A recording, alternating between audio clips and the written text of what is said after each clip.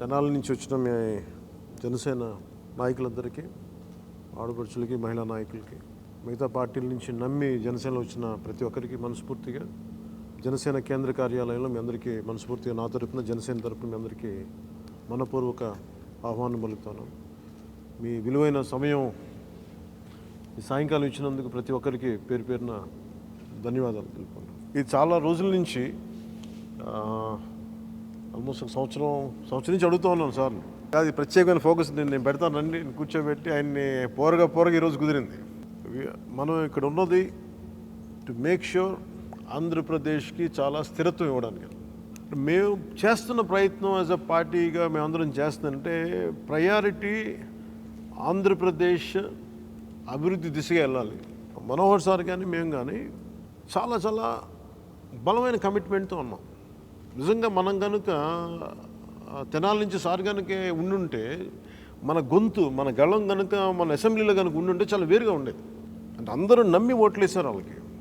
అంటే ఏదో అంటే 10 సంవత్సరాలు ఒక వ్యక్తి తిరిగాడు, నేను ఎందుకు మీకు అనిపించవచ్చు, ఎందుకు ఆ టైంలో ఎందుకు ఇతను ఇంత మాట్లాడుతున్నాడు వ్యతిరేకంగా అంటే, నేను వీళ్ళు ఆల్రెడీ హైదరాబాద్లో చూశాను. వీళ్ళ గ్రూప్స్ ఎలా చేస్తాయి అంటే, మనం పుట్టుకతో వచ్చిన బుద్ధి పిడకలతో కానీ పోదంటారు.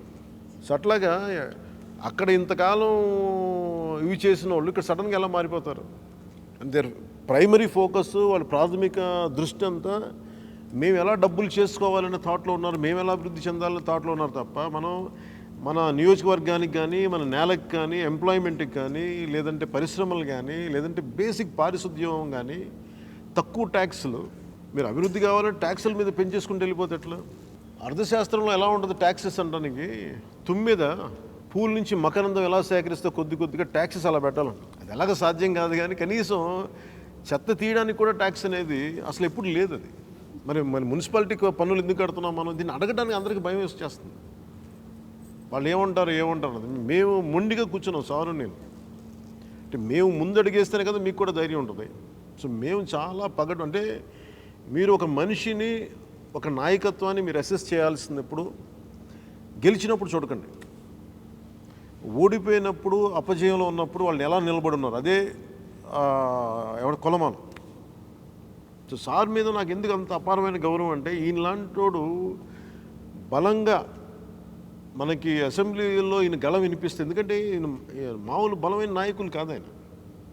అంటే ఉమ్మడి ఆంధ్రప్రదేశ్ 294 మంది శాసనసభ్యులు వీళ్ళందరూ ఉన్నప్పుడు, రాష్ట్రం విడిపోవాలని ఉన్న పరిస్థితుల్లో విపరీత యుద్ధ వాతావరణం ఉండేది. ఎందుకంటే అసెంబ్లీలో దాడులు చేసుకుంటే కేసులు ఏమి ఉండవు. ఇంకా లా మేకర్స్ కొట్టుకుంటే లా చేసేవాళ్ళు ఇంకొకటి వాళ్ళని శిక్షించేదేవారు. ఇట్స్ ఫ్రీ ఫర్ ఆల్ అది. కానీ అలాంటి చోట, అలాంటి యుద్ధ వాతావరణంలో మొత్తం ఈయనే కూర్చోబెట్టి అన్ని పరిస్థితులను ఎదుర్కొని, అలాంటి నాయకులకి నిజంగా నాకు మనస్ఫూర్తిగా చెప్తున్నాను, వారు జనసేనని ఎన్నుకున్నందుకు మనస్ఫూర్తిగా ధన్యవాదాలు చెప్తాను మీ అందరికీ.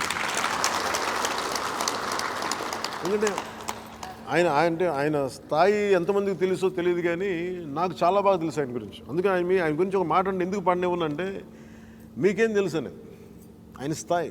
పాలక పక్షాలను, ప్రతిపక్షాలను కూర్చోబెట్టి రూల్ బుక్ చెప్పి కూర్చోబెట్టగలిగే వ్యక్తి. ఢిల్లీకి వెళ్తే అక్కడ కూర్చోబెట్టి అంతమందిని, విభిన్నమైన స్థాయిలో ఉన్న వ్యక్తులను కూర్చొని హ్యాండిల్ చేయగలిగే వ్యక్తి. అలాగే వచ్చి మన చక్రాయపాలెం మన గ్రామానికి వచ్చి కూడా కూర్చొని అందరినీ పద్ధతిగా మాట్లాడి, ఒకవేళ ఆయనకు అండగా నిలబడ్డోళ్ళు కూడా ఆయన నిలబడకపోతే, కొంచెం ఇది కాంగ్రెస్లో ఉండి మళ్ళీ జనసేనకి రాగా నిలబడకపోయినా కానీ మళ్ళీ ఆయన సర్ది చెప్పుకోవాలి, మీరు ఎట్లా ఆయన రావాలంటే ఇది ఇంత ఈ మూల నుంచి ఆ మూల దాకా మొత్తం సర్వం ఆలోచించగలిగే, అర్థం చేసుకోగలిగే వ్యక్తి. అంత సమర్థత గల నాయకత్వం. సో నేను ఈ ఎన్నికలకి ఏమని పెట్టుకున్నానంటే, ఎట్టి పరిస్థితుల్లో అక్కడ మనం గెలిచే తెనాలి. నేను అదే చెప్పాను సార్, మీరు ఒక మీటింగ్ 2 మీటింగ్లు పెట్టకండి, నేను ప్రతి స్థాయిలో, అన్ని స్థాయిలో నేను కలుస్తాను మా నాయకులందరినీ. నేను కూర్చోబెట్టి ఎట్టి పరిస్థితుల్లో, ఎందుకంటే మీ ప్రజెన్స్ మీది అసెంబ్లీలో ఉండాలి ఇక్కడ కంపల్సరీగా. అదే మీరందరూ దీవెనలు ఇవ్వాలి. మీరు బలంగా పనిచేసే కదా, మరి మీది తినాలి, మాది తినాలి. మరి వాలంటీర్ వ్యవస్థ కూడా చాలా చాలా చాలా లోతుగా అధ్యయనం చేస్తే మాట్లాడాం. అది వేగ్గా మాట్లాడింది కాదు, చాలా చాలా అధ్యయనం చేసి మాట్లాడాం. ఎందుకంటే సమాంతర వ్యవస్థలు ఎక్కువైపోయాయి. మొదటిది సమాంతరమైన వ్యవస్థ. ఎన్ని సమాంతర వ్యవస్థలు పెడతారు? దానివల్ల మనకి ఈ సేవా కేంద్రాలు పోయినాయి. ఈ సేవా కేంద్రాలు చేసిన పనే కదా ఒకప్పుడు. అంటే ఒక 30 మందిని తీసేసి 20 మందికి ఉద్యోగం ఇచ్చినట్టు అయింది అది. సో మనం కొత్త ఉద్యోగాలు క్రియేట్ చేయాలి, కానీ ఉన్న ఉద్యోగాలు తీసి మళ్ళీ వీళ్ళకి ఇచ్చామంటే అది ప్రయోజనంగా ఉంది. వాలంటీర్ వ్యవస్థ మీద కూడా నేనేం మాట్లాడుతున్నా ఒకసారి చాలా సునిశ్చితంగా పరిశీలించండి అందరూ. దాన్ని మనం కోర్ట్స్లో కూడా ఛాలెంజ్ చేస్తాం, దాని మీద అధ్యయనం చేస్తాం ఇంకా లోతుగా.